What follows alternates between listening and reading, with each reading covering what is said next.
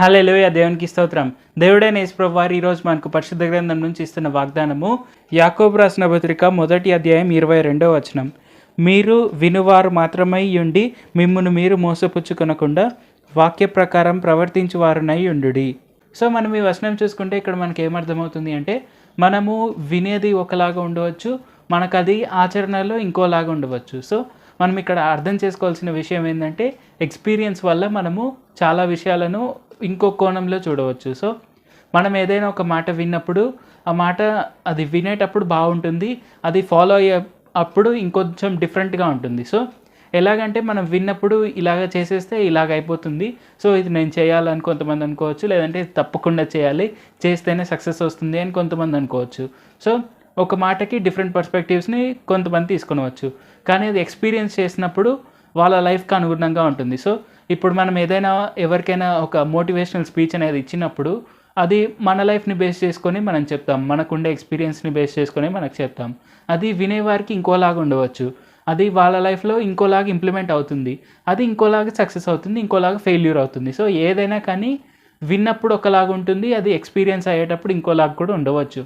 కొన్నిసార్లు వినేది ఎక్స్పీరియన్స్ చేసేది కూడా ఒకటే ఉండవచ్చు. ఏదైనా కానీ ఎక్స్పీరియన్స్ అనేది కూడా చాలా ముఖ్యమైనది. ఇది మనకు అనేకులు చెప్తూ ఉంటారు కూడా పెద్దలు, ఎప్పుడైనా కానీ మనకు ఎక్స్పీరియన్స్ అనేది ముఖ్యము అని. సో మనము ఇతరులు చెప్తే వినేది ఒకలాగా ఉంటుంది, మనకై మనం ఎక్స్పీరియన్స్ చేసేటప్పుడు అది ఇంకోలాగా కనిపిస్తుంది. ఈ విషయాన్ని మనం తప్పకుండా నోటీస్ చేయాలి. సో మనం చూసుకుంటే మనకి ఎవరైనా ఒక సువార్త చెప్పారు అంటే ఆ సువార్తను మనం వింటాము, అది విన్నప్పుడు మనకు ఒకలాగా ఉంటుంది, అలాగే మనం అది ఫాలో అయ్యేటప్పుడు అది మనకి ఇంకా గొప్పగా ఉంటుంది.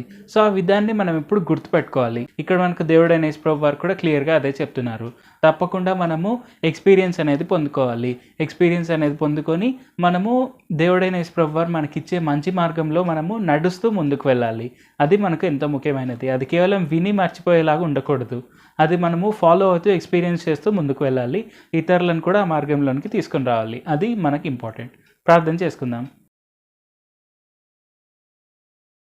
పరిశుద్ధ జీవాధిపతి జీవంగల దేవ యేసయ్య, ఈరోజు మాకు ఇచ్చిన ఈ గొప్ప వాగ్దానాన్ని బట్టి మీకే వందనాలు తండ్రి.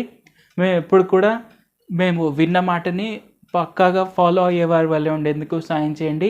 ఎప్పుడు కూడా తప్పకుండా మేము ఖచ్చితంగా మీరు ఇచ్చిన ఆజ్ఞలను అనుసరిస్తూ వాటిని గాయకుంటూ ముందుకు సాగేందుకు సాయం చేయండి. కేవలం విని వదిలేసి వారి వల్లే ఉండకుండా ఉండేందుకు సాయం చేయండి యేసయ్య. మేము వినే దాంట్లో అలాగే మేము ఫాలో అయ్యే దాంట్లో చాలా వ్యత్యాసం ఉంటుంది అని తెలియపరిచినందుకు వందనాలు తండ్రి. తప్పకుండా మేము విన్న ప్రతి ఒక్క విషయాన్ని మేము ఫాలో అయ్యేందుకు, మా ఎక్స్పీరియన్స్కి అనుగుణంగా మేము ఇతరులను కూడా అనేకులను మీ మార్గంలోనికి నడిపించేందుకు సాయం చేయండి. ఈ వాక్యం వింటున్న ప్రతి ఒక్కరు కూడా మిమ్మల్ని తమ నిజ రక్షకులుగా అంగీకరించి ముందుకు సాగేందుకు కూడా సాయం చేయండి. యేసు నామములో అడుగుచున్నాం తండ్రి, ఆమేన్. Thank you Jesus. దేవుడు మిమ్మల్ని ఆశీర్వదించును గాక.